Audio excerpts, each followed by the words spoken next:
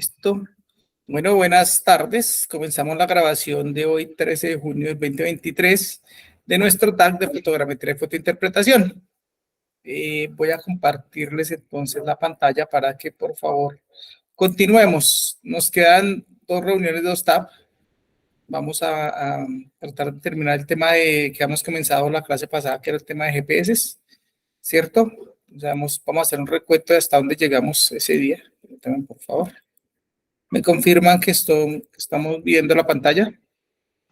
Sí, profe. Sí, listo. Hemos hablado de algunos conceptos teóricos de la fotogrametría, de todo lo que era la geodesia. Hemos hablado del WS84, ¿cierto? En el tema de referencia. Hemos hablado de los elipsoides.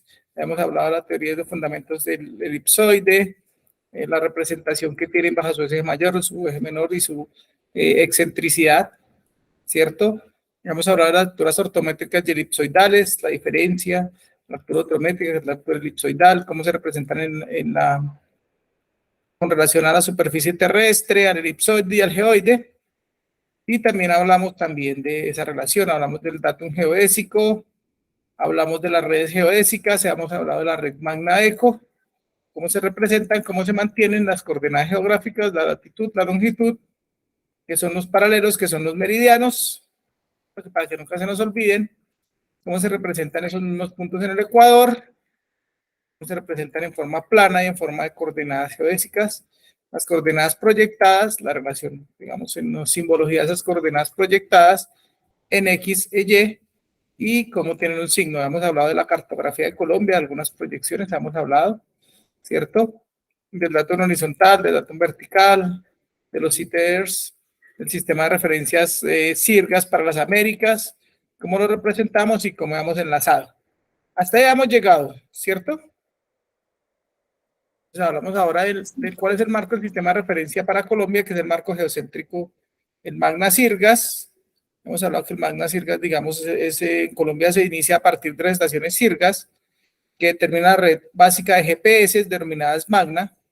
Este es del marco geocéntrico nacional de referencia, que que está referida al CIRGAS, que denominamos el Magna CIRGAS. Por eso, siempre hablamos de la red Magna CIRGAS. Hacemos relación a esas dos condiciones. Digamos que en Colombia utilizamos básicamente tres tipos de coordenadas. Las cartesianas, que son tridimensionales, cartesianas tridimensionales. Yo utilizo el puntero. Las curvilíneas elipsoidales y las planas o de proyección, las cuales pueden ser transversa de Mercator o cartesianas bidimensionales. Siempre hablamos de la transversa de Mercator y de las cartesianas bidimensionales. Digamos que cada uno tiene sus ventajas y desventajas, digamos esas tres formas diferentes, pero equivalentes para establecer la ubicación geográfica de un punto. En las siguientes secciones se presentará la definición correspondiente a la formulación que permite la conversión entre los diferentes tipos de coordenadas. Entonces, las coordenadas cartesianas tridimensionales corresponden a la expresión en metros, lo que llamamos los ejes paralelos de coordenadas X, Y, Z, que se extiende entre los puntos de intersección de cada eje. La ubicación geográfica del punto se expresa únicamente en la tripleta XP, YP y ZP. Y el sistema de origen cartesiano tiene un origen X0, Y0 y Z0, donde todos coinciden en el centro de la masa terrestre y está definida como las coordenadas cartesianas geocéntricas. Aquí hablamos de este tipo de coordenadas, X, Y y Z.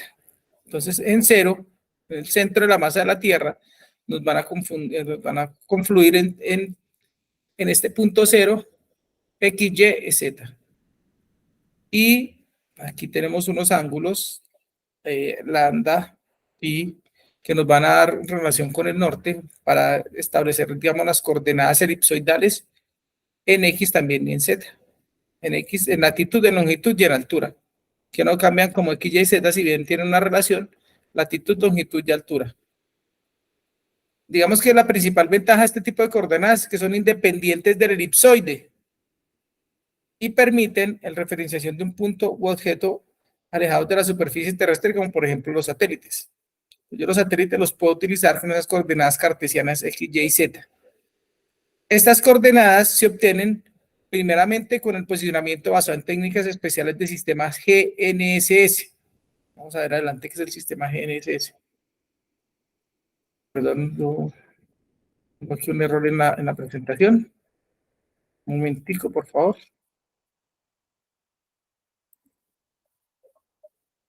Esas coordenadas elipsoidales también son conocidas como las geográficas o curvilíneas. Y lo que hablamos corresponden a las cantidades en latitud, longitud, ¿cierto? La latitud se define como el ángulo entre el plano ecuatorial y la normal N. La hemos visto. Al elipsoide que pasa por el punto de interés. Es positiva desde el norte hacia la línea del Ecuador. Ecuador hacia el norte es positiva y negativa desde el Ecuador hacia el sur. Entonces hablamos siempre de menos 90 a 90 o de 90 grados sur a 90 grados norte. Eso es lo que decimos siempre. La longitud es el ángulo mediano sobre el plano de referencia del mediano de Greenwich. Es positivo al este del meridiano y es negativo al oeste. Y va de menos 180 a 180 o 180 oeste a 180 este. Y también equivale a 0 a 360 grados. Los valores de la latitud y la longitud están en función del tamaño, la forma y la ubicación del elipsoide de referencia seleccionado. Esto nos indica que dependen completamente del datum geodésico, pero una vez este se ha definido, sus valores son unequívocos. Y cuando hablamos de la tercera dimensión, en este tipo de coordenadas está por la altura elipsoidal. Entonces hablamos de la latitud, de la longitud y la altura elipsoidal. Eso es el principio que utilizan los satélites. Latitud, longitud y altura elipsoidal. Entre digamos, esa altura elipsoidal, la cual equivale a la distancia media a lo largo de la normal elipsoidal que pasa por el punto de interés entre la superficie del elipsoide y dicho punto. Y esta se expresa en metros. Las coordenadas planas, ya hemos dicho, digamos, son coordenadas de la red nacional o marcos de referencia, son representadas en términos del sistema cartesiano tridimensional X, Y y Z, o el sistema de elipsoidal latitud, longitud y H altura elipsoidal.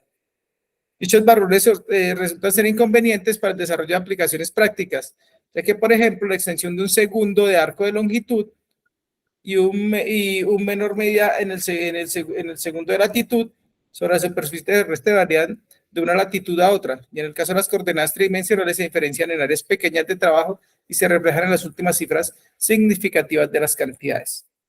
Cuando hablábamos de latitud y longitud, nosotros hablamos, por ejemplo, de 4 grados o de 7 grados, 56 minutos, 43 puntos. Yo debo utilizar mínimo 3 dígitos después de la coma en los segundos, porque esa es la precisión de la que estamos hablando aquí. Por eso decimos que se acostumbra a representar en la superficie terrestre sobre un plano mediante un sistema bidimensional de coordenadas rectangulares, lo que se llama el sistema de la proyección cartográfica, el cual muestra la correspondencia entre los puntos de la superficie terrestre, latitud y longitud, y sus equivalentes con el plano de proyección norte y este. ¿Esto qué significa?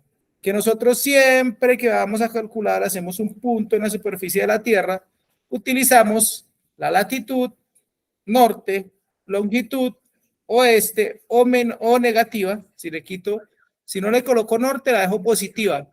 Y si no le coloco oeste, le coloco el signo menos. Por convenciones siempre manejamos norte-oeste, norte-este. Norte, latitud y longitud. Pero en metros la representamos en norte y en este. Cuando estoy calculando coordenadas, siempre debo tener en cuenta que las de latitud y longitud siempre están en W84 y las planas debemos manejarlas ya por la resolución 388 del 2000 del Instituto Geográfico Agustín Codazzi. Nos dice que debemos utilizar el Sistema Único Nacional 5 millones, 4 millones, que cambió la referencia. Esos dos elementos es lo que nos está tratando de explicar este marco de referencia. En ese marco de referencia, pues tenemos el tipo de proyección, el plano norte, hay que mirar las distorsiones que se generan respecto a cada uno de los puntos. En la perpendicular, en un punto cualquiera, yo tengo un plano norte, un plano este y unas coordenadas de latitud, longitud y una normal o altura con respecto al elipsoide de referencia. Eso es lo que nos está diciendo esa condición. Para Colombia, nosotros utilizamos la proyección cartográfica transversa de Mercator y su adaptación Gauss-Krüger. La proyección cartográfica transversa de Mercator es tipo conforme y en ella se priorizan los ángulos, garantizando así un ángulo formado entre las dos líneas sobre la superficie de la Tierra se conserve luego de aplicar la proyección. Utiliza como superficie de referencia el área de un cilindro transverso secante a la esfera. La escala de representación varía en función de la longitud y el parámetro de escala. Esa transversa de Mercator, por eso decimos CTM12, ¿sí?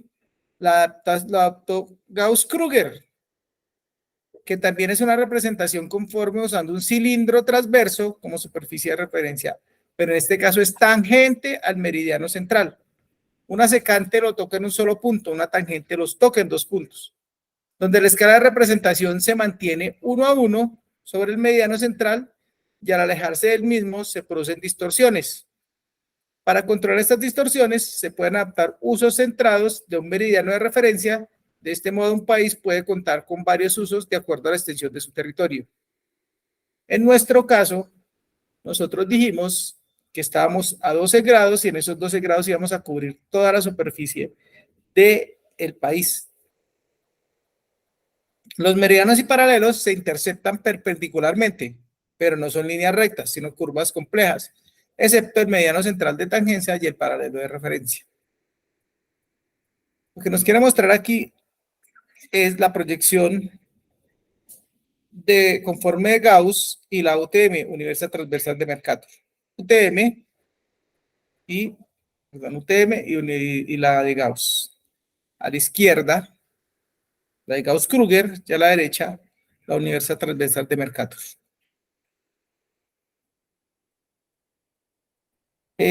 Lo que dice aquí que con el avance de las tecnologías de posicionamiento y la necesidad de centralizar toda la información de un país para una mayor disponibilidad de un número de usuarios y su eficiencia en gestión política, se han adaptado varios usos en el territorio de esta tarea, es aún más compleja.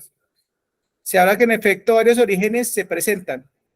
Cuando nosotros hacíamos esa condición, lo que nos dice aquí es que nosotros en el país teníamos 5 orígenes. Inclusive ya se hablaba de un sexto con relación a San Andrés y Providencias. Entonces, lo que nos presentaba esas condiciones de yo tener esa adaptación de transversa de Mercator adaptada a Gauss-Krüger con 5 orígenes, lo que a nosotros nos provocaba era una falta de continuidad en las planchas cartográficas, porque yo pasaba del central al este o al oeste, pero tenía una continuación, tenía que cambiar la proyección, yo no podía tener un solo conjunto de mapas. La dificultad de tener un sistema de representación unificado incluía la información estadística, socioeconómica, medioambiental y la cartografía base del país. Entonces, por eso yo tenía complicaciones que si yo venía de un municipio a otro y cambiaba la proyección de uno de los 5 orígenes, automáticamente me empezaban a generar traslapes, ¿cierto? Dice que aquí que la tendencia mundial para resolver los problemas en la última década es la adaptación de un sistema de proyección único a nivel país. Lo tiene Uganda, lo tiene Tanzania, lo tienen otros países. Incluso a nivel de todos los países de la Unión Europea. Entonces, nosotros lo que estamos haciendo es una tendencia a nivel mundial de la adaptación de esa proyección transversa de Mercator, adaptada a Gauss-Krüger, a un solo origen. En esto se prioriza la proyección del área, ángulos o distancia, de acuerdo a las necesidades. Yo puedo hacer que sea equiárea, equiángulo o equidistante, manteniendo cualquiera de los 3. ¿Sí? ¿Cuál es la más conveniente según el caso para nosotros, para el catastro? Pues serían las áreas, ¿cierto? Las áreas en relación a distancia también. Digamos que todos esos países convergen en la adopción de un sistema de proyección único que tiene un carácter social, económico y científico para dar solución a la infraestructura de datos espaciales integrada, actualizada y exacta, que permite analizar los datos de diferentes fuentes en el marco de desarrollo sostenible de cada territorio. La adopción del modelo LAM-COL no es una adaptación, digamos, casual, sino responde a todo el conjunto, digamos, de necesidades que se han venido desarrollando. Por un lado, digamos, todo el conjunto de necesidades de la actualización e información de la actualización catastral, ¿cierto? De otro lado, entonces, también tenemos otra adaptación que debe generar o permitir esa condición de crear redes geodésicas que permitan realizar correcciones y que a su vez utilicen 12 grados o un sistema de proyección único. ¿Listo? Entonces, aquí ya nos dicen, hay unas condiciones que nosotros debemos tener y que es una condición que nosotros ya debemos manejar. En Colombia, la proyección cartográfica oficial se basa en una proyección transversa de Mercator, TM, usando un cilindro transverso como superficie de referente y secante a la esfera. Este sistema prioriza ángulos conformes, garantizando así que el ángulo formado entre la línea sobre la superficie terrestre se conserve luego de aplicar la corrección. Los demás parámetros fueron seleccionados cuidadosamente de modo que cubriesen el territorio continental y se evita el uso de coordenadas negativas y el factor de escala cambia de ser de 1 a 0.9992 y se optimizó que las distorsiones de la representación de área fueron mínimas. Utilizamos los ángulos y manejamos todo esto.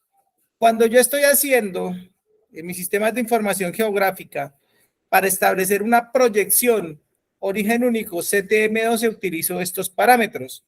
La proyección viene siendo la transversa de Mercator. El elipsoide de referencia viene siendo el GRS80. La latitud tiene un origen de 4 grados, la longitud 73 grados. El falso este, perdón, es de 5 millones y el falso norte es de 2 millones.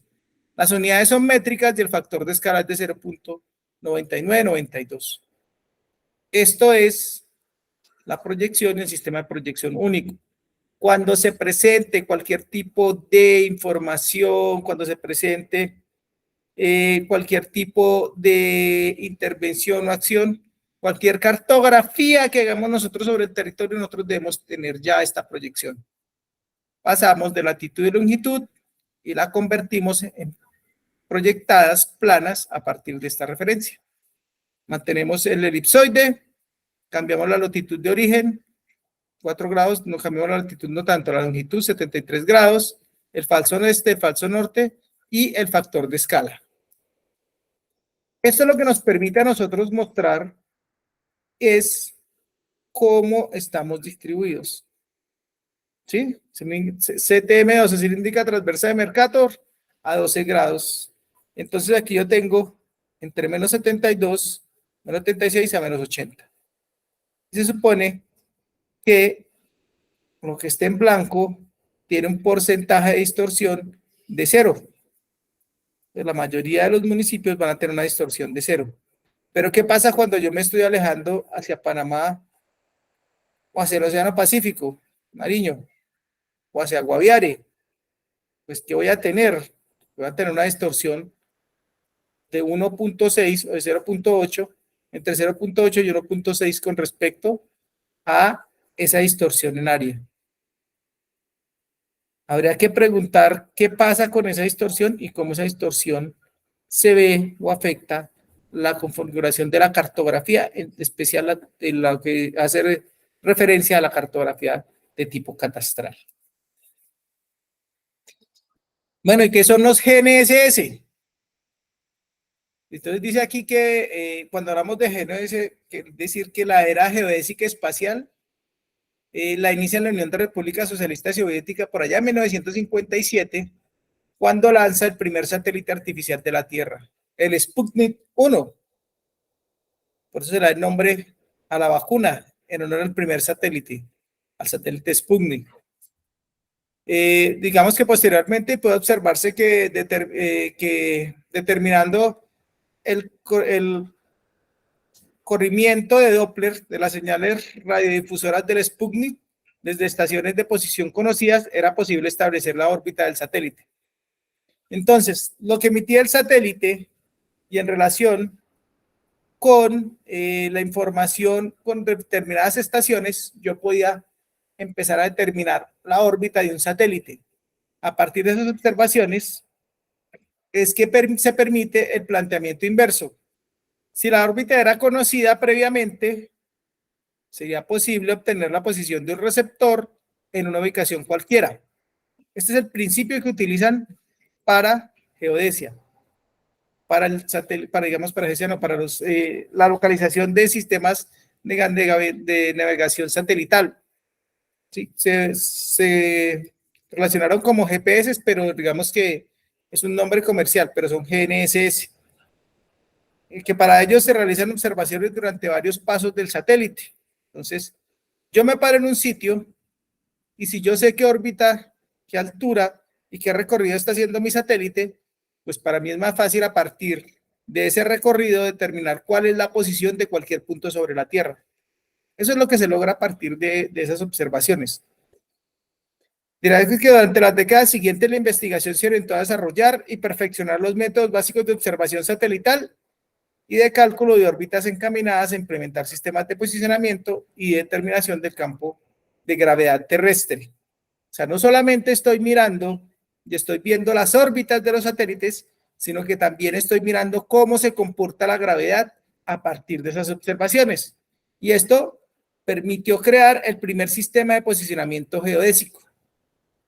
A partir de esas observaciones es que yo puedo hacer un posicionamiento geodésico. El sistema Transit, el sistema, digamos que es un sistema concebido con fines exclusivamente militares y se basa en observaciones de Doppler y entra en operación por allá en 1964.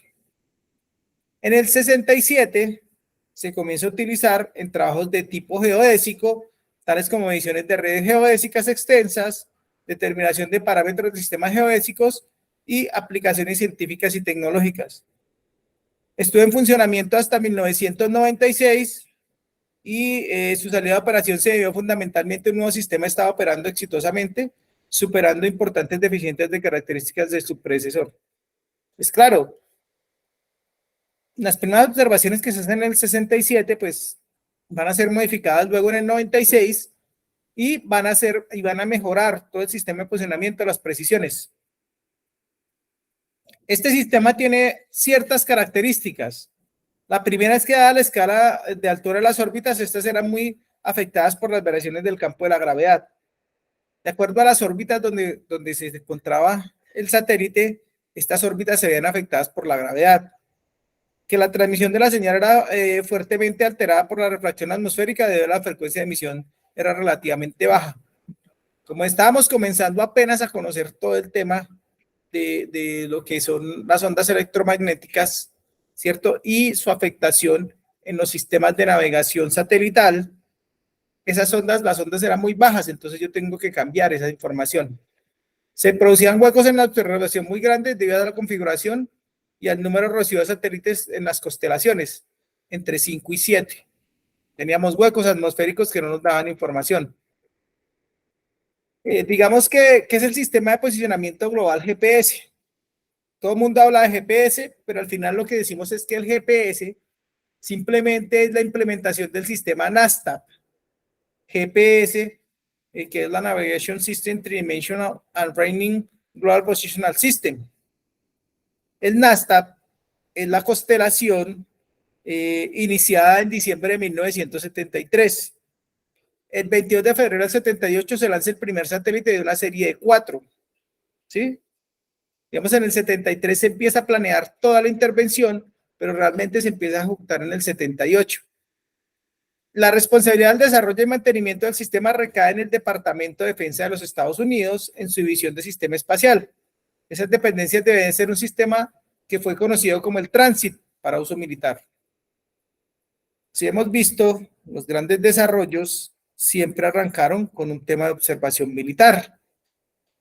Ese sistema NASTAP, más conocido como Global Positional System o GPS, o GPS en inglés, es un sistema que tiene como objetivo la determinación de las coordenadas espaciales de puntos respecto a un sistema de referencia mundial.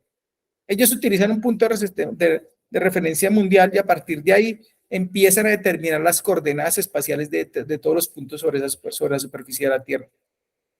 Y dice que los puntos pueden estar ubicados en cualquier lugar del planeta, pueden permanecer estáticos o en movimiento y las observaciones pueden realizarse en cualquier momento del día. Yo empiezo a hacer observaciones de todos esos puntos. Para la obtención de esas coordenadas, el sistema se basa en la detección simultánea de la distancia de 4 satélites como mínimos de coordenadas conocidas. Cuando yo voy a utilizar un GPS, cuando yo estoy haciendo un GPS, lo primero que debo revisar es cuántos satélites tengo sobre mi nadir, ¿sí? O sobre la superficie de la antena que está colocada el GPS. Uno el GPS no lo coloca así, el GPS lo coloca de esta manera. ¿Por qué? Porque la antena del GPS está en la parte superior. Y como esa antena está en la parte superior, yo puedo tener una recepción más amplia. En mi nadir, o mi parte superior, en mi nadir, yo tengo la ubicación de eso. Nos hablan de mínimo 4 receptores. Si yo tengo 3 o menos satélites, el GPS no me ubica información y me dice que tengo error. ¿Sí? Normalmente cuando yo estoy haciendo observaciones, uno alcanza a tener hasta 8, 7, mínimo 5 satélites para poder hacer mediciones. Eso es lo que yo debo tener en cuenta. Y lo que nos dice que con esos 4 satélites conocidos, conociendo su distancia y su trayectoria, yo puedo obtener a partir de las señales que ellos emiten y que son recibidas por los receptores especialmente diseñados, las coordenadas de los satélites, ¿sí? Y dentro de un sistema de referencia. Desde el punto de vista geopsicotopográfico, los GPS responden a 2 requerimientos básicos. Cuando yo tengo un GPS, debo tener en cuenta que esos planteamientos, o lo que a mí, ¿para qué me sirve el GPS? Con GPS yo puedo hacer un planteamiento directo o un levantamiento. Si tiene en el terreno un punto materializado, un pilar con placa y marca, un mojón, se piden sus coordenadas en el sistema de referencia prefijado. Yo les decía, cuando yo estoy haciendo, yo voy a medir con GPS o con GNSS, voy a medir o hacer un replanteamiento de un área, de un predio, urbano o rural, cualquiera. Normalmente lo utilizamos para los rurales y para las manzanas en los urbanos. Las manzanas, los predios urbanos como tales se miden a partir de cinta. Eso lo dice el manual predial del IGAC. Eso no ha cambiado. Lo que yo sí tomo y pido replanteamiento al topógrafo es que me tenga en cuenta los lados de manzana, porque a partir de los lados de manzana yo con cinta métrica logro medir, o con lienza logro medir cada uno de los predios y me aumenta la exactitud a un nivel muy alto. ¿Qué tengo que hacer? Tengo que tener un sistema, esa red magnético que estaba por allá distribuida y que tiene unas estaciones fijas, son unos puntos conocidos. Yo me amarro esos puntos para hacer el postproceso y lo que hago es que los puntos que tomo los amarro, esos rovers los amarro con respecto a los Rinex, y esos puntos me van a hacer una corrección. Se van a ir de acuerdo a donde esté localizada esa antena, se van a distribuir en el espacio. Entonces yo debo conocer siempre una base. Si no tengo esa base, yo debo construir una base en un punto que recoja información, una antena que recoja la información durante el levantamiento. Eso tiene que ser durante todo un día, ¿sí? ¿Para qué? Para que cuando llegue el postproceso, la amarre a una base fija de IGAC y eso me permita bajar y hacer el replanteamiento adecuado de ese postproceso y entregar unas coordenadas. Siempre habrán unas coordenadas iniciales y unas coordenadas después del postproceso. Se van a desplazar unos segundos con respecto a la imagen original o al cuadro original respecto a las coordenadas finales. Hay otro que se llama el planteo inverso o replanteo. El planteo directo de levantamiento o el replanteo, en donde yo tengo las coordenadas de un punto en determinado sistema de referencia y se pide la localización de dicho punto, de no estarlo, ya sea materializando en el terreno. ¿Qué significa eso? que yo tomo un plano cualquiera y con unas coordenadas me dicen, mire, este punto tiene unas coordenadas de latitud y longitud o de norte y este, y yo le digo al GPS, por favor, ubíqueme el punto en esas coordenadas, y con esas coordenadas yo directamente me dirijo con el GPS a que él me diga el punto es este. Entonces, o yo hago levantamientos o yo hago replanteos, que eso es lo que hacemos normalmente cuando estamos haciendo topografía con sistemas de información, con GPS, ¿cierto? Con Coordinate Positional System. Entonces aquí, digamos, estamos apenas mostrando una triangulación, ¿cierto? De los satélites. Ellos, cada uno tiene una posición y de acuerdo a esa posición relativa van esos puntos. Y si yo quiero determinar estos puntos, pues yo le digo al GPS, por favor, teniendo las coordenadas, diríjase y dígame en dónde está el punto. Y él automáticamente, ¿qué va a hacer? Con ese replanteo me lleva al punto que tengo yo de referencia. Digamos que la operatividad del sistema, no hay un compromiso legal del gobierno de los Estados Unidos. Entonces, la Agencia de Cartografía del Departamento de Defensa, la NIMA, la National Imaging and Mapping Agency, puede modificar sin previa vez el funcionamiento alterado, digamos, de los denominados mensajes de navegación, de las coordenadas de los satélites, limitar el acceso de unos componentes de la señal, alterar el estado de los relojes, degradando la precisión de las órbitas, etcétera. De este modo, el acceso a las señales que emiten los satélites es de carácter público, no requiriendo su licencia o autorización alguna. Si bien el sistema GPS es un sistema abierto, un open source, que digamos no requiere ningún tipo de licencia, como depende de la Agencia Nacional de los Estados Unidos y sobre todo el Departamento de Defensa, ellos, en caso de un conflicto, pueden alterarnos la señal de satélite y pueden bajar la precisión, pueden generar problemas de las emisiones, de las coordenadas, de las alturas y de los relojes. Entonces lo que permitiría es que los puntos o el punto donde yo quiero navegar o el punto donde yo quiera ir automáticamente puede desaparecer. Esa es de las grandes ventajas que tiene el GPS. Es muy comercial, es el más usado, es el más conocido, pero depende de la Agencia de Defensa. Cuando ellos quieran cerrarla, cuando ellos quieran, por intereses nacionales, suspenderla o dejar de transmitirla, lo pueden hacer, porque eso pertenece a ellos, al gobierno de los Estados Unidos. Esa es una de las grandes condiciones. ¿Cómo se mide el tiempo? El tiempo en el GPS estaba por un reloj atómico de cesio, que de la estación de control muestra.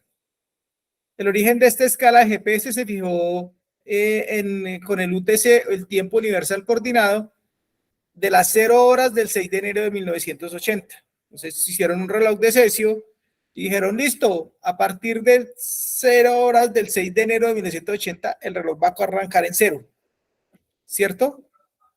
Las unidades del tiempo universal coordinado es un segundo atómico. Y ella se va reajustando, tiene que irse ajustando por la causa del movimiento irregular de la Tierra. Por eso existe una diferencia, ¿cierto? Entre el tiempo del GPS y el UTC. Y esa diferencia se fijó en 0 segundos en 1980 y se fue modificando, siendo el 1 de enero de 2005 de 13 segundos. Entonces son tan precisos que del 80 al 2005 apenas habían variado 13 segundos. ¿Qué unidad de tiempo utiliza el sistema de GPS? Utiliza un sistema de número de semanas GPS, que son equivalentes a 604.800 segundos. La cuenta de la semana GPS comienza en origen de la escala de tiempo GPS, cuando se completó la semana 1023 de la NS, del sistema de número de semana GPS, se reinicializó. Es decir, la medianoche del 21 de agosto del 99 comenzó a contar nuevamente de 0. Entonces, cuando yo estaba haciendo un postproceso, yo no utilizo las fechas normales de nuestro calendario juliano, sino que debo tener en cuenta otro tipo de calendario que me permiten estar en función de estas relaciones, de cómo está en el tiempo en GPS y cómo se mide. Aquí hay un ejemplo de un reloj atómico que se utiliza en un satélite. Este es el reloj atómico que yo utilizo en el satélite y en las estaciones para relacionarme con respecto al tiempo. El sistema, ¿de qué características tiene ese sistema GPS? Pues se compone de un sistema espacial en el que se encuentran 24 satélites con trayectorias sincronizadas. Ellos cubren toda la superficie del globo terráqueo y digamos que ellos se reparten en 6 planos orbitales de 4 satélites cada uno. Entonces, los planos orbitales, los geocéntricos, los polares, las ondas, las medias, las bajas, entonces ahí están distribuidos 6 planos orbitales y cada uno con 4 satélites. La energía eléctrica que se requiere para su funcionamiento la adquieren a partir de 2 paneles compuestos de celdas solares que están en los costados de los satélites. Entonces, todos los satélites, siempre que se despliegan, cuando están en órbita, automáticamente despliegan los paneles solares, que son la fuente de energía para que ellos puedan hacer sus recorridos. Se presenta a continuación la latitud a la que se encuentra en el periodo de tiempo de los satélites en órbita, la vida útil del satélite y la inclinación respecto al eje del ecuador terrestre.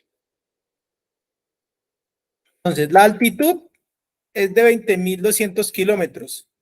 El periodo son 11 horas 56 minutos, 12 horas siderales. Calendario sideral, son las siderales. Inclinación están a 55 grados respecto al ecuador terrestre.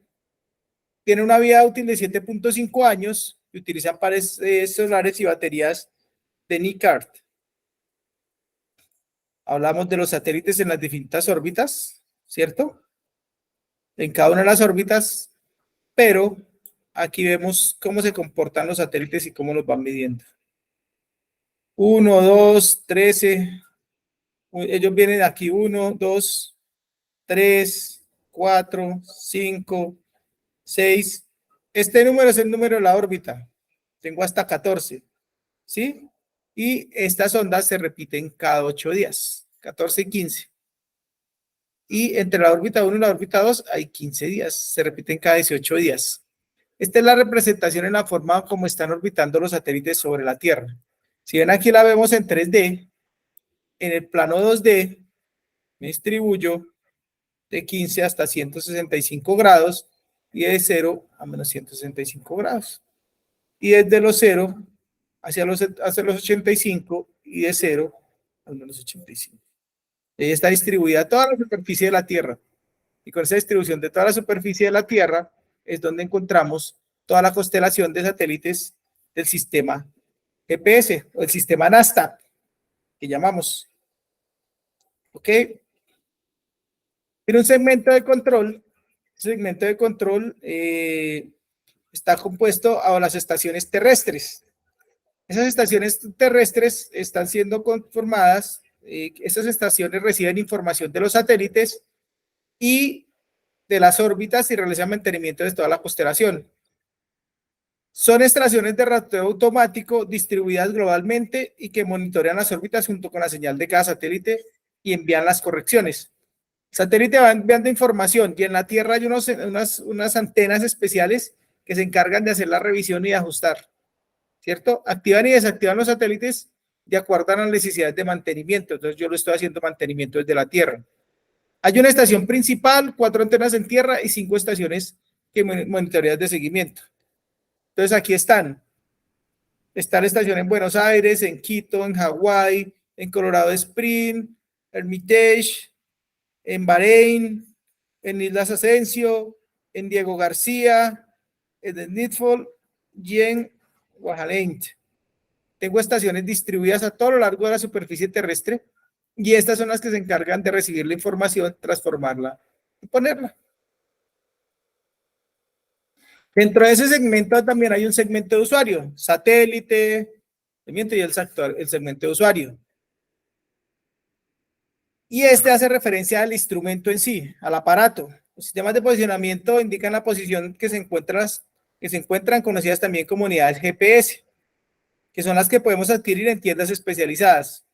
El GPS pues, es un conjunto de software y hardware que permiten determinar posición, velocidad y tiempo del usuario, además de los parámetros adicionales que requieran. El GPS consta de una antena de preamplificador, una sección de radiofrecuencia o canal, un microprocesador de reducción, almacenamiento y procesamiento de datos, un oscilador de precisión para generación de códigos pseudo aleatorios utilizados en la medición del tiempo de viaje de la señal, una fuente de energía eléctrica, una interfaz del usuario, pantalla, teclado, comandos y una memoria de almacenamiento. Eso consta de un GPS. Cualquier GPS de cualquier industria va a tener lo mismo, las mismas 8 elementos que conforman ese sistema. Aquí hay un ejemplo de algunos. Digamos que este es un Astesh con una antena. Digamos que estos ya están mandados a recoger. Ya son muy antiguos. Ya los nuevos Astesh son como los celulares. Simplemente los diferencian que tienen una batería muchísimo más grande en la parte posterior. Aquí hay unos Leica, ya hay otros digamos, de distintas marcas. Los chinos en este momento mantienen el mercado respecto a este tema de las antenas GNSS, de los métricos y de todas esas memorias. ¿Qué hace un GPS? Un GPS lo que se encarga es de identificación y seguimiento de los códigos asociados a cada satélite, determina la distancia, decodifica las señales de datos de la navegación y tiene efemérides y el almanaque.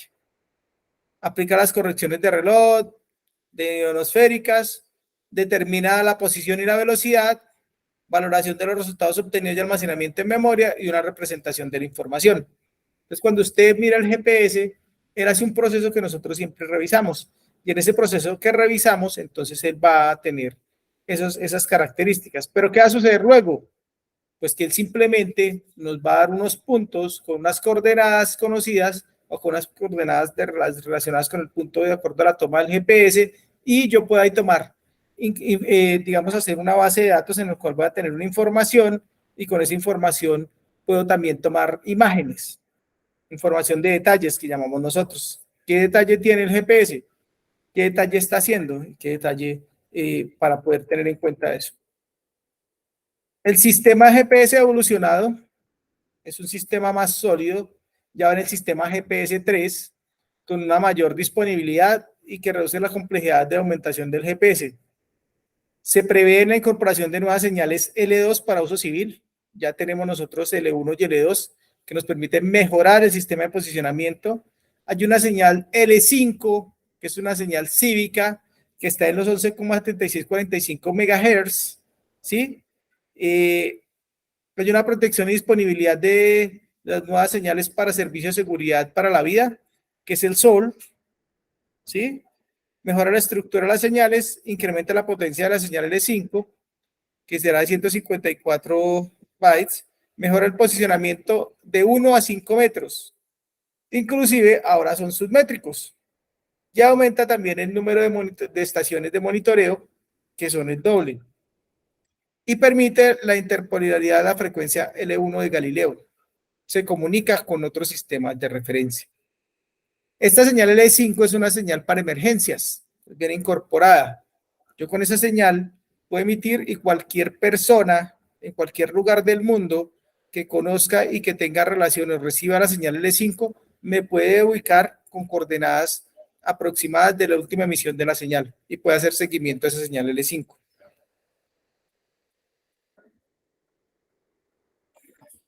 Digamos que ese sistema es muy flexible, reduce el riesgo. El desarrollo de los satélites, como el de los GPS-2 comenzó en el 2005, ¿cierto? Va a aumentar la cobertura hacia 30 satélites en los próximos 30 años, ¿sí? Tiene, digamos que una recepción de usuarios para civiles como para militares, entonces va a aumentar esa cobertura de esa información, limitar los requerimientos dentro de los objetivos operacionales, o sea, ya no voy a tener que tener unos sistemas tan robustos para poder trabajar. Antes un GPS era una maleta gigante, y si tú mirabas las imágenes que yo les mostraba, los GPS eran unas cosas grandísimas, ahora ya son el tamaño de un celular. Sí, incluso hay GPS que son del tamaño de un reloj, de esos relojes que utilizamos ahora, ese tipo de relojes tenemos esas características. Digamos que lo que hay que tratar es de proporcionar flexibilidad que permita cambios futuros para satisfacer los requerimientos del usuario hasta 2030. Ellos ya desde 2017 hacia acá vienen proyectándose para que esa constelación de satélites GPS llegue hasta 2030. Y me imagino que a medida que van pasando el tiempo, ya que estamos aproximándonos, ya estamos en 2023, ellos ya deben estar preparando un nuevo cambio. Proporcionar solidez para el crecimiento de la determinación de posición en la hora precisa del servicio internacional. Esos GPS ya no tienen diferencias, digamos, de localización tan grandes como las tenían antes. Antes era entre menos 1 metro y 5 metros. Hoy esa posición puede estar debajo del metro, por eso lo llamamos submétricos, y si utilizamos y los corregimos, incluso pueden ser centimétricas o milimétricas, que esa es la idea. Su funcionamiento, en ese funcionamiento debemos tener en cuenta la diferencia de frecuencia a las cuales son emitidas y recibidas las señales de localización y el potencial gravitatorio. También decimos que es un marco solidario de una observación de estación en la Tierra. Lo que ocurre es que el satélite GPS manda una señal codificada en un tiempo de emisión y localización y el observador recibirá este intervalo de tiempo después. Hay una relación física. ¿Cómo todo ese funcionamiento y cuál es la relación física? El principio de todo sistema de posicionamiento global es el principio de triangulación, que usa el GPS para calcular la posición. Y esa triangulación consiste simplemente en el conocimiento de la posición del instrumento respecto a 4 satélites diferentes.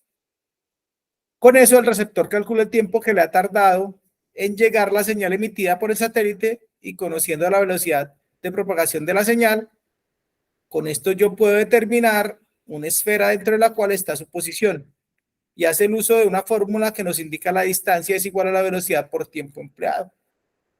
Un principio matemático simple. Si se calcula la ecuación de una estrella alrededor de cada satélite, la intersección de todas ellas determinará la posición del receptor. Esto por ello, en cuanto más satélites haya, se obtendrá una mayor precisión. Este concepto se denomina trilateración satelital.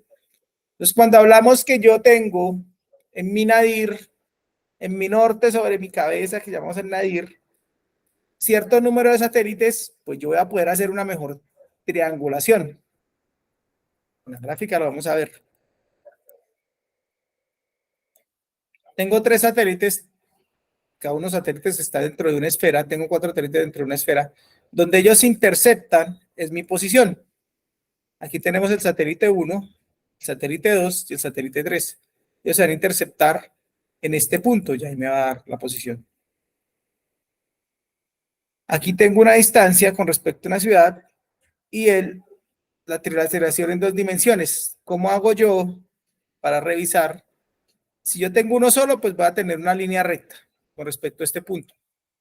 Si yo tengo 2 satélites, pues voy a tener simplemente 2 puntos, ¿sí? Que es lo que me muestra acá. Si yo tengo 3 satélites que se me intersectan, habrá un punto en el cual ellos 3 logran esa trilateración y me van a dar la coordenada exacta de cada punto. Ahora sí entendemos por qué nosotros necesitamos más de un satélite sobre nuestro nadir para poder hacer esa observación. Eso mismo visto en 3D. Si yo tengo un solo satélite, pues va a tener una órbita gigante con respecto a esa posición. Si tengo 2 satélites, pues yo tengo una circunferencia, una esfera de intercepción. Si tengo 3 satélites, voy a tener 2 puntos, ¿sí? Si tengo en 4 satélites, esas esferas se van a cruzar e interceptar en un solo punto. Y eso es lo que me va a dar la relación con respecto a la posición respecto a esos 4 satélites de acuerdo a la trilateración satelital. Eso es lo que hace un sistema de posicionamiento global o un GPS. Cualquier satélite lo hace de la misma manera. Decimos que entonces esa trilateración satelital la representamos un receptor de la Tierra, capta la señal del satélite y determina la distancia entre ellos, ubicándolas en un punto cualquiera de la superficie terrestre con radio 1. Punto de ubicación de la superficie de la esfera. Si utilizamos ya 2 satélites, medimos la distancia del segundo satélite al mismo receptor, se genera una esfera de radio 2 que se intercepta con la primera esfera. Encontramos un círculo donde se pueden encontrar el punto a buscar en el perímetro. Si solamente tengo, yo lo que tengo es un círculo y ahí hay un perímetro dado en el cual se puede estar aproximadamente el punto que estamos relacionando. Mientras que agregamos medición de intersección del esfera 2 con interior del esfera 2 corta el punto en el círculo encontrado. Si utilizamos ya una tercera trilateración, ese punto se reduce y me va a dar un punto único. Decimos que matemáticamente es necesario determinar una cuarta esfera para encontrar las coordenadas X, Y y Z del punto que buscamos. Con 3 yo voy a tener 2 puntos. Con 4 yo ya tengo mi coordenada X, Y, Z, y Z, perdón, X, Y y Z de el lugar que estoy observando. Y esos son los principios que vamos a realizar. La medición del tiempo, pues es la velocidad que se encarga del tiempo de viaje de la actividad difícil de realizar. Pues porque son distancias radiométricas y las distancias relativamente cortas. Y lo que decimos que el tiempo promedio de una señal de un satélite que tarda en viajar de la órbita a 22.000 a 20.200 kilómetros de la Tierra es de 0.67 segundos. O sea, en 0.67 segundos, un satélite a 20.200 kilómetros de altura sobre la superficie va a tomar una señal. Va a ir y volver para tomar esa medida de esa señal. Por eso es que necesitamos relojes muy precisos. Decíamos, los relojes atómicos con precisión de nanosegundos son los que utilizamos, ya vimos los relojes. Esto nos permite, digamos, solucionar el tema de la velocidad de esa precisión en tiempo, ¿cierto? De esa medida en el tiempo, corregir los errores de medición y por eso necesitamos utilizar los 4 satélites para descartar todos esos parámetros. Ya hemos hablado entonces con relación a esos puntos, esa relación que tienen con respecto al tiempo y me va mostrando la relación. Entonces siempre debe estar, el receptor siempre debe estar, digamos, sincronizado con el tema de los satélites y con la información que tiene respecto a cada uno de esa información.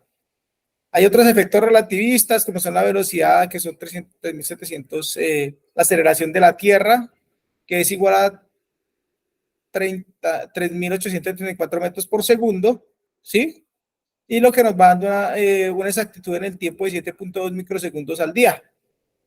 Entonces, eso es lo que nos va haciendo, digamos, como unas grandes variaciones.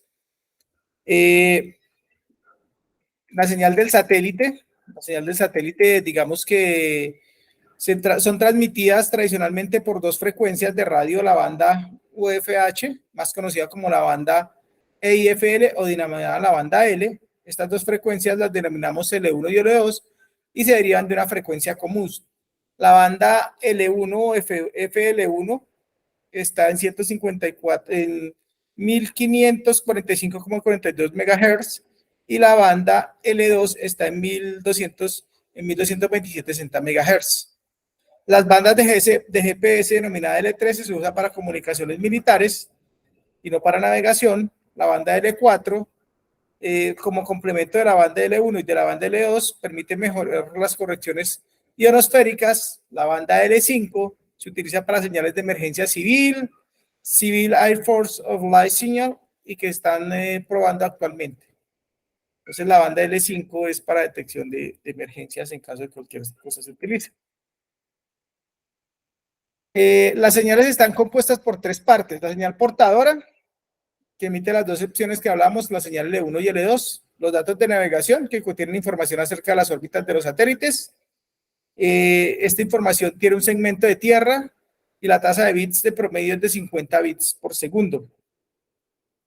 La frecuencia de ensanche, que digamos la comunicación móvil de GPS contiene un código de secuencia que ensancha el espectro más allá de lo que corresponde de acuerdo a la información que transporta. Este código contiene información pseudo ruido que modela la portadora de tal el aumento de ancho de banda, la transmisión y reduzca la densidad de potencia espectral. ¿Qué es lo que sucede con eso? Cuando yo estoy tomando señales de GPS, lo primero que me piden a mí es, 1, por recomendaciones técnicas, el GPS siempre debe estar de forma vertical para que su antena, que esté en la parte superior, capte muy bien la señal. Segundo, yo no tengo que hacerme debajo de grandes árboles. o que tenga grandes árboles o que esté debajo de la sombra de un edificio. ¿Por qué? Porque la señal, esta señal, el ruido que llamamos nosotros, hace que esa señal se pierda. Entonces, si yo voy a recepcionar, voy a tratar de recepcionar debajo de un árbol o debajo de una superficie de un edificio, la señal se me va a distorsionar y me va a demorar en recibir la señal y va a ser muchísimo más tiempo. Otra condición, yo no puedo estar debajo de esos cables eléctricos de alta tensión porque la señal, la energía eléctrica distorsiona la señal y hace que la señal se pierda. Y eso es lo que nosotros llamamos el ruido. Tengo mucho ruido. El ruido lo que hace es que la señal, por cobertura vegetal o por, digamos, grandes edificios, por grandes construcciones, e incluso también ser en una cerca eléctrica. Si yo voy a tomar un punto en una cerca, yo voy a garantizar que la cerca no sea eléctrica y esa cerca esté prendida. Si la cerca es eléctrica y está encendida, la señal del GPS se pierde. Entonces debo alejarme. Los cuerpos de agua también reflejan mucho la señal, hay que tener mucho cuidado. El agua refleja la señal. Entonces yo debo tener cuidado. Por eso, cuando utilizamos ese tipo de instrumentos, debemos tener mucho cuidado en relación al uso de dónde lo estoy colocando y dónde debo colocarlo. Hay otros sistemas satelitales. Está el sistema GLONASS, que fue desarrollado en los años 70 por el Ministerio de Defensa soviético. Los planes GLONASS permiten proporcionar dos servicios: el CSA, que es el Channel of the Standard Accuracy, disponible para uso civil, y el CHA, que es el Channel of the Hill Accuracy, que digamos que son solo para usos autorizados, digamos que es el militar. Es un paralelo, digamos que el GLONASS es un paralelo al NASTA. ¿Sí? Lo que hicieron lo desarrollaron los americanos, los rusos hicieron más o menos el mismo desarrollo bajo las mismas épocas. El GLONASS CSA fue aceptado en 1966 por la Organización Internacional Aerocivil. El GLONASS tiene un sector de control. La central se encuentra en Moscú y tiene una red de estaciones de seguimiento y control ubicadas en todo el territorio ruso. Las mismas, como el GPS, deben seguir y vigilar el estado de los satélites, determinar efemérides y los errores de los relojes. Tienen más características. El GLONASS proporciona a los usuarios civiles una precisión en tiempo real y posicionamiento absoluto mediante un código de unos 60 metros de horizontal y 70 metros en vertical. En 99% de los casos, según el gobierno de la Federación Rusa, no están previstas ninguna degradación internacional. Ellos no cierran supuestamente los satélites, ¿sí? El sector espacial está compuesto por una constelación de 24 satélites ubicados en 3 planos orbitales, inclinados aproximadamente al 65 grados con respecto al ecuador. Y en cada plano, el GPS tenía 4, aquí en cada plano tienen 8 satélites a una distancia de 9.100 metros de altura, más baja, asegurando una cobertura adecuada de la geometría con 5 satélites como mínimo en cualquier instante en el lugar de la Tierra. Si yo combino en mi receptor GPS o NASTA, GLONASS, pues yo estoy garantizando que mi observación y el punto va a tener mejores condiciones. La información de las efemérides no reúne las condiciones adecuadas para los trabajos de gran precisión. Esto y la capacidad de satélites es la principal limitación de este sistema respecto al GPS. El GPS es más potente, pero digamos que estos nos complementan la información del GPS. En el sector del usuario, los receptores tienen una característica similares a los del GPS. En el mercado existen marcas y modelos con capacidades de recibir señales de ambos sistemas. Tiene un datum, el PZ90, que es un datum geodésico Parametric Assembly de 1990 o PZT90. Es el sistema de referencia terrestre adoptado por GLONASS. Hay una diferencia en el origen, en la orientación y en los ejes de escala respecto al WS84. Esta red de estaciones existen en diversos países, permitiendo obtener los parámetros de transformación del sistema de referencia PZT90 al WS84. Hay otro sistema que es el sistema europeo.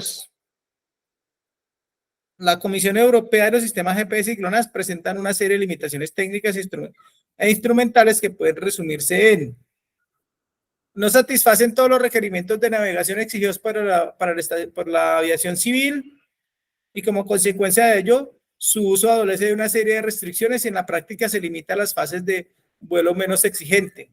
Están bajo control militar, ambos. El GLONASS y el GPS o el sistema NASTAP están bajo control militar, lo que en caso de conflicto bélico la disponibilidad del servicio no está asegurada. No existe ningún tipo de garantía legal o de seguridad sobre el funcionamiento de los sistemas. Usted los puede utilizar, pero yo no le garantizo si existe un problema por el uso de esos sistemas. No existe un marco de responsabilidad claramente definido en caso de accidentes provocados por estos sistemas. Como consecuencia, estas limitaciones es necesario complementar el GPS o GLONASS con un sistema adicional, que es el sistema conocido como el OACI, que es la Organización de Aviación Civil Internacional, con aumentaciones y tiene por objeto mejorar los servicios básicos ofrecidos por el GPS y el GLONASS. Esas son, digamos, las características que tienen hasta aquí. Voy a parar la presentación. Hasta ahí tenemos dudas, preguntas, sugerencias, comentarios. No, Compañera. profe. Muy bien explicada la teoría, profe. Esto es lo que nos toca ya escoger un GPS, manejarlo y tomar puntos. Yo tengo GPS. ¿Tú has utilizado GPS? Vamos a hacer? Vamos el sábado. Sábado reunámonos. ¿A qué horas y en dónde?